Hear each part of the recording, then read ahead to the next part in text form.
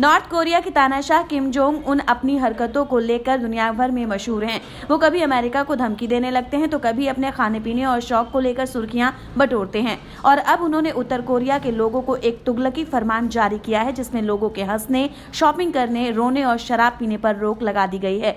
ऐसे में सवाल उठ रहे हैं कि क्या 11 दिनों तक लोगों के हंसने रोने पर लगाया है बैन। नॉर्थ कोरिया में 11 दिन तक उदास रहेंगे लोग। आखिर किम जोंग उन ने क्यों जारी किया तुगलकी फरमान।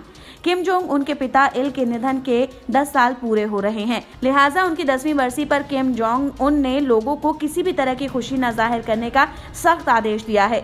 मीडिया रिपोर्ट्स के मुताबिक किम ने 17 दिसंबर से अगले 11 दिन के लिए देश में राष्ट्रीय शोक घोषित किया है। इस दौरान उत्तर कोरिया के लोगों के हंसने, शॉपिंग करने, रोने और शराब पीने तक पर रोक लगा दी गई है।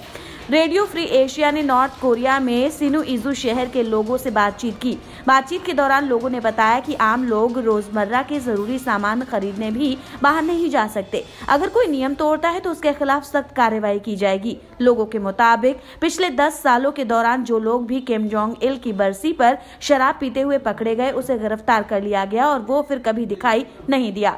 प्रतिबंध के 11 दिन के दौरान अगर किसी की मौत हो जाती है तो उसका परिवार जोर जोर से रो भी नहीं सकता। शोक की अवधि पूरी होने के बाद ही लाश को अंतिम संस्कार के लिए ले जाया जा सकता है।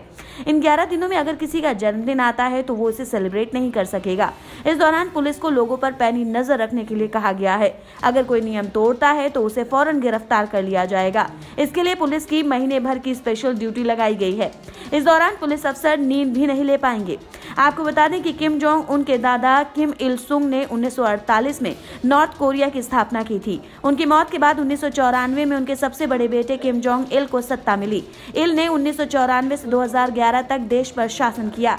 17 दिसंबर 2011 को 69 साल की उम्र में दिल का दौरा पड़ने से उनका निधन हो गया। पिता की मौत के बाद किम जोंग उन गद्दी पर बैठे। अब उन्होंने भी बतौर तानाशाह 10 साल पूरे कर लिए हैं। इंडिया न्यूज वायरल की रिपोर्ट।